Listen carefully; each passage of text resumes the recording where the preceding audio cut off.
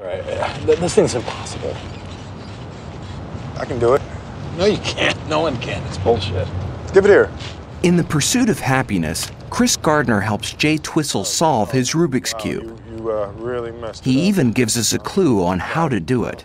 It looks like it works around a swivel, so the centerpieces never move.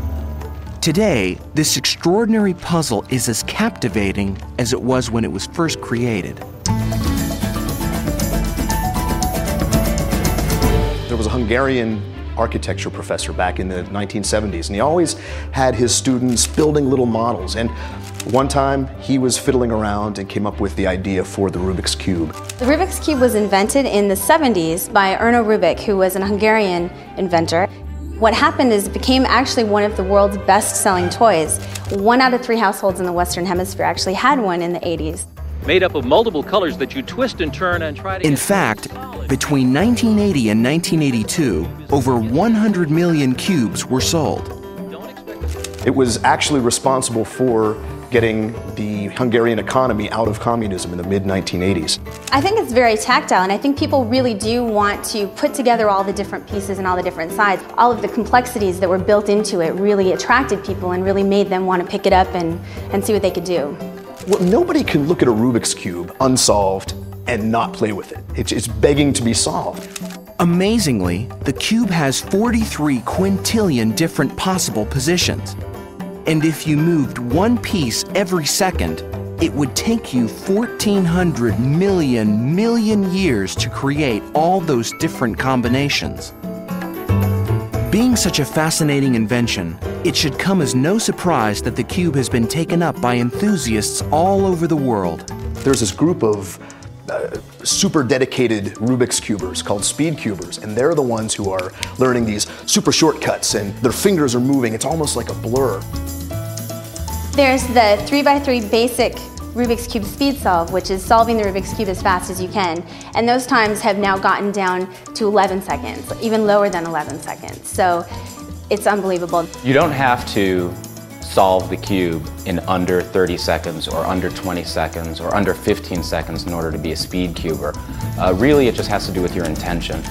You solved the cube in 5 minutes before, and now your intention is to solve it faster than 5 minutes, then you are a speed cuber. At these competitions, there's a touch-sensitive pad called a speed stack, and has a little tower with a display so everyone can see how well they did. As soon as they lift up their hands, the timer starts. It was actually started for another super geeky activity called cup stacking, where you stack as many cups up and down as fast as you can. Here is speed cuber Chris Krieger demonstrating the 3x3x3 speed solve.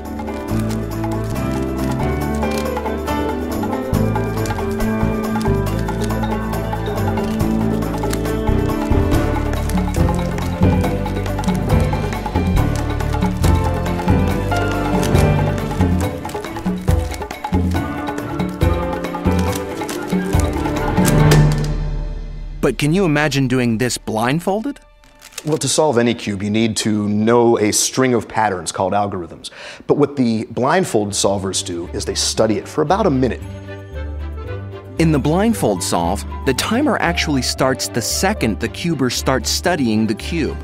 So the final result will actually be the time needed to both memorize the moves and then execute them. My name is Leanne Lowe. I am the current world record holder for the blindfold solve. Put the blindfold on, and then they start going through step by step. Now they've created some sort of 30-some number string in their brain, and they're following through.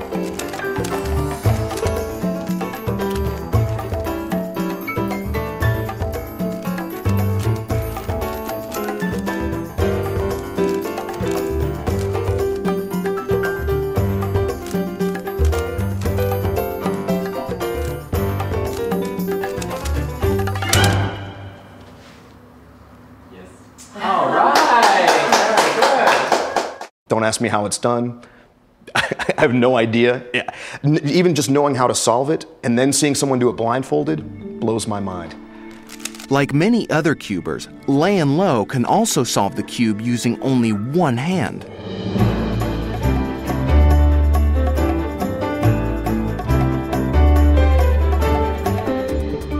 people can't stop coming up with new ways to do it. Solving it with chopsticks, solving it while riding a unicycle, solving it while free-falling, while skydiving.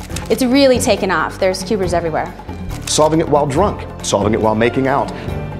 There's no way to stop these crazy records that are springing up around the cube. Today, the cube remains more popular than ever.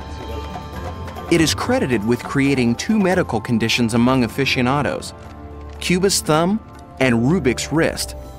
And it is now the central focus of Cubaholics Anonymous, a volunteer organization to help cube addicts kick their cubing habit. There's no way to prove your intelligence in a split second. You can't do a math problem that fast, you can't play the violin that fast, but if you can have a Rubik's Cube in your hand, you look like a genius.